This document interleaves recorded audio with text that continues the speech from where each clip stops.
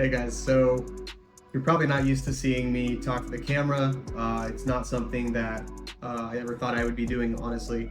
It's not my thing. Content doesn't really appeal to me, but I've also never felt so, I guess, called to do something as far as getting information out into the world. Um, and I've also never kind of felt this passionate about a topic and confident enough to talk unfiltered about a topic to the point where, I go beyond my introvert personality and actually, sit here, talk to the camera, and then hopefully get this out to a lot of people and just kind of have a dialogue about a topic. So that topic is AI. And for me, it's something that I am extremely passionate about. I do this every day. I have an AI agency. I build voice AI. I use it for my, everyday life, and it's all very impressive, and it's all, I would say, been a net positive on my life. But there's also, many sides to it. And so what I feel called to do is to make a channel, which will have content. I'm also creating a podcast about AI for the everyday person, right? And this means like this content that I'm going to be creating is not super technical. It's not something where I'm like teaching you how to create your own, I don't know, your voice spot. I mean, to be honest, it's not even that hard to do anymore. So I could teach you, you could just ask me and I'll teach you how to do it. But the content is more about how does AI apply to your everyday life? Like, how can I get this information to you so that you can use it and improve whatever it is that you're doing on a daily basis? Now, that could be improving at your job. You work at an office, you work wherever you work. There are tools out there that will make your life way easier. And the problem is that most people don't know about these tools, not for a lack of wanting. There's so much information out there, right? Like, we're just flooded by it. And I have to be honest, I'm in the field and I feel like I can't keep up sometimes. It's so much information every single day. Every single day it feels like there's an update, there's a new tool, there's a new better, version of a tool to use. And it can honestly be overwhelming. So, I've been using ChatGPT since it was in beta in 2022. And I say that to tell you, it doesn't matter, how long you've been using it, I guess. What matters is today.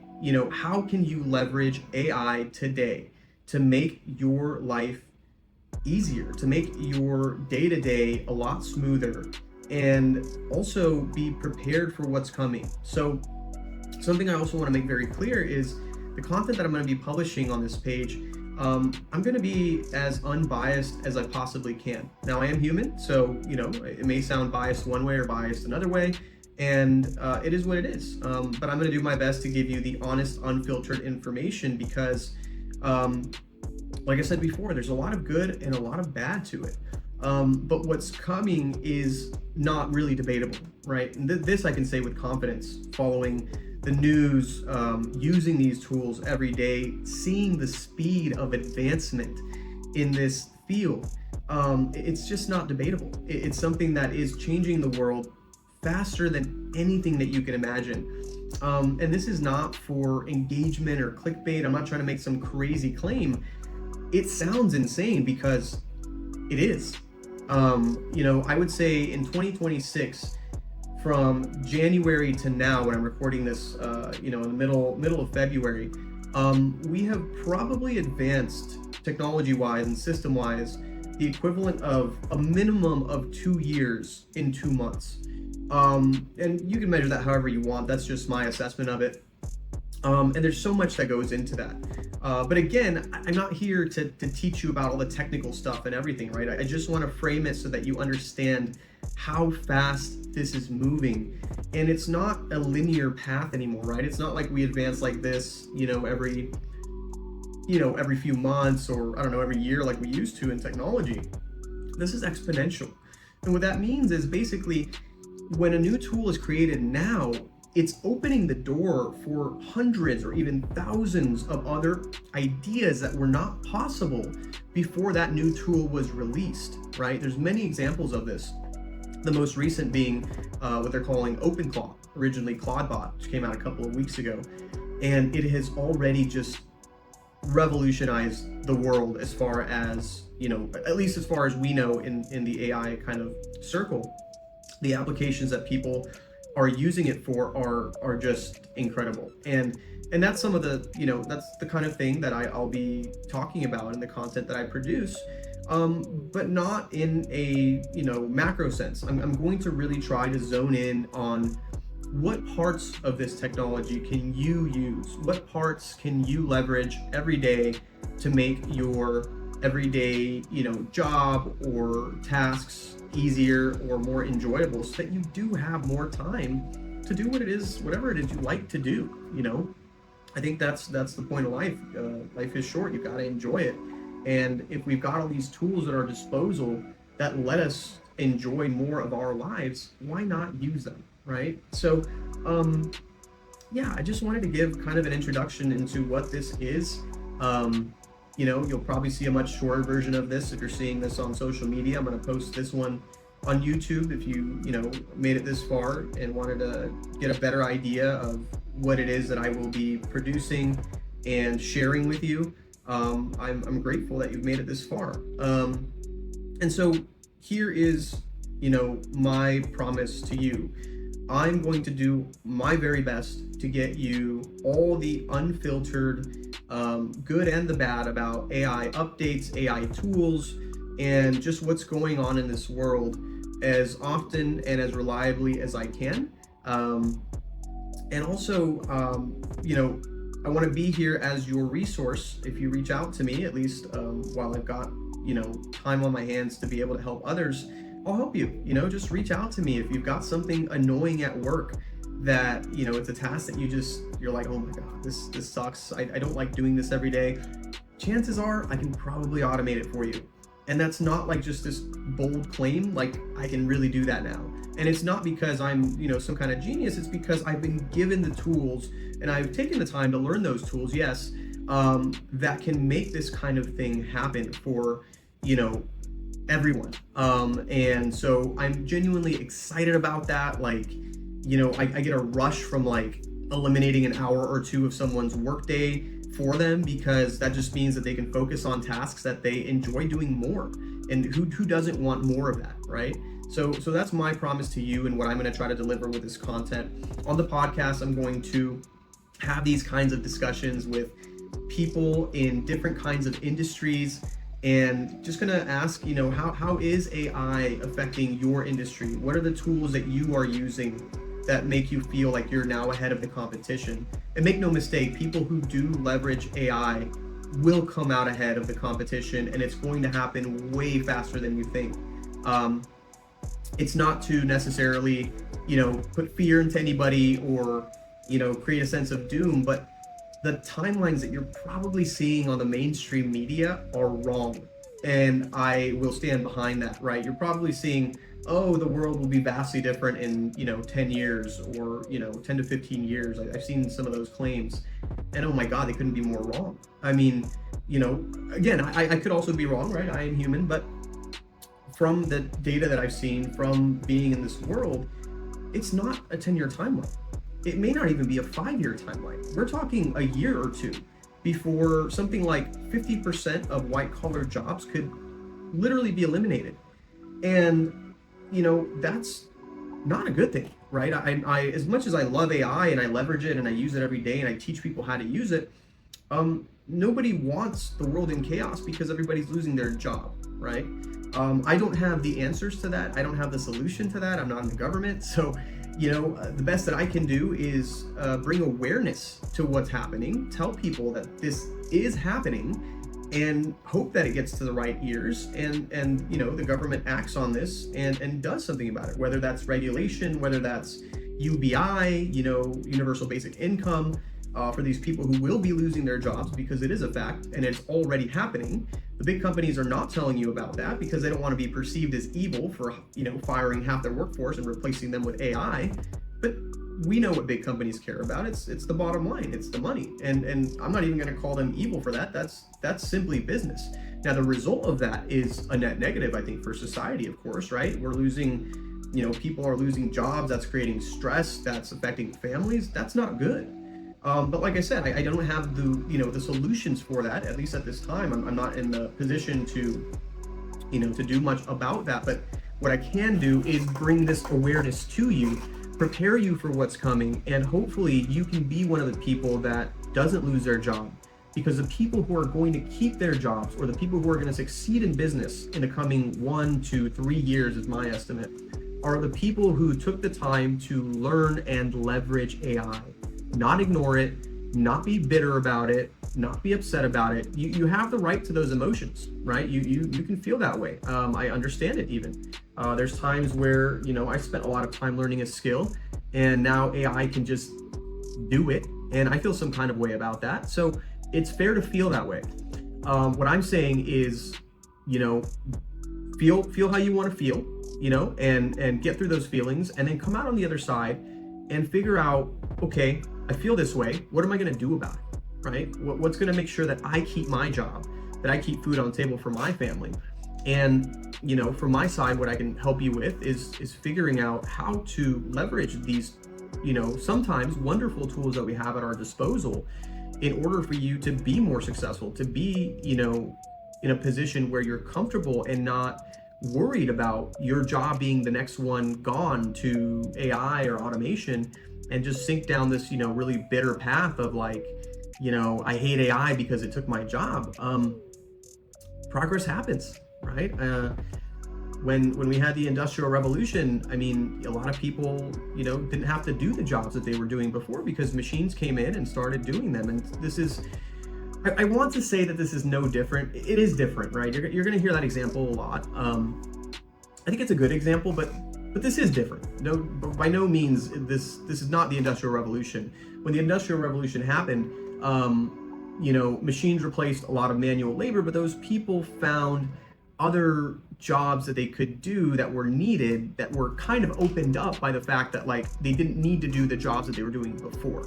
That is still going to happen with AI, and it's what I'm trying to tell you, to a degree, right? There are going to be a lot of jobs lost, and when those jobs are lost, I'm sure that new jobs will emerge in these kinds of fields, right? At least for now, we still need people to operate the AI, to give it proper instruction, to make sure it's not going off the rails, and human to human contact is still incredibly valuable. I mean, I think that a lot of jobs that involve human to human interaction will actually rise in value.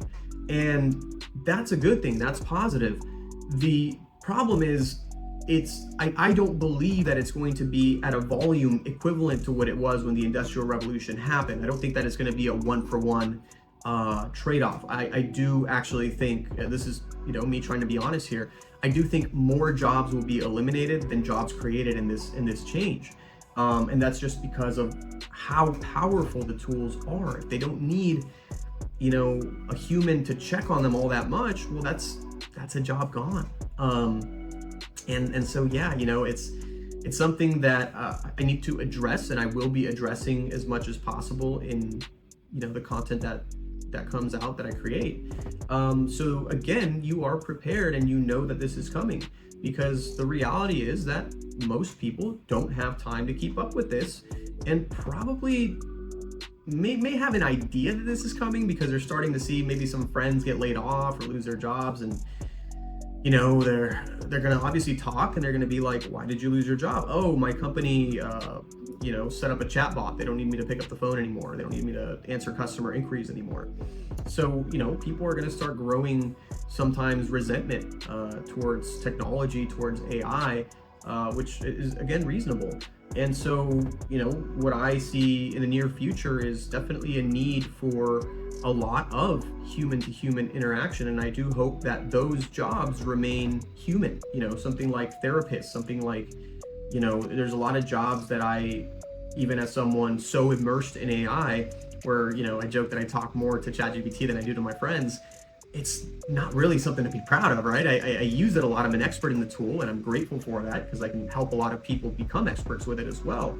But there are many things that I don't want to do with AI, that I don't want to talk to a machine about.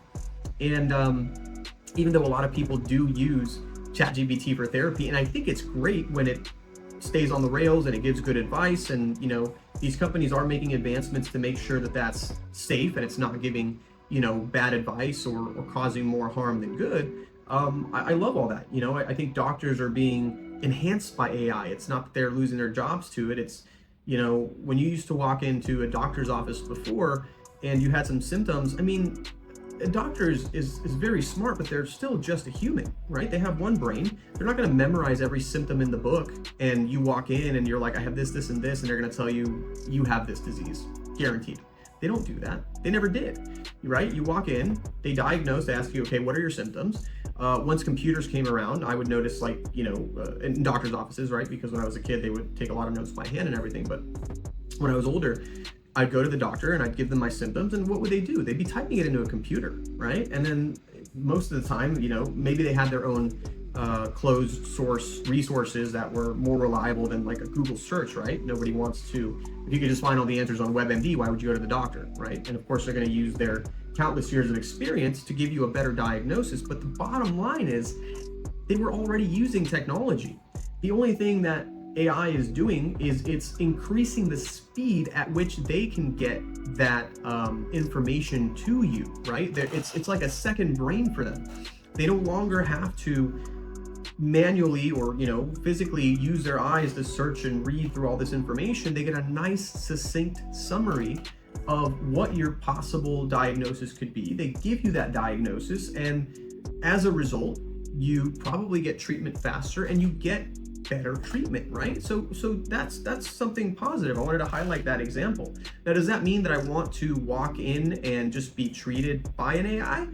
No, I'm not ready for that, right? I value my relationships with my doctors. I think there's a very human element about that. I want them to keep their job. I want them to leverage AI to give me a faster diagnosis if I'm not feeling well. I want them to use AI to analyze test results, because what are test results, right? They're numbers.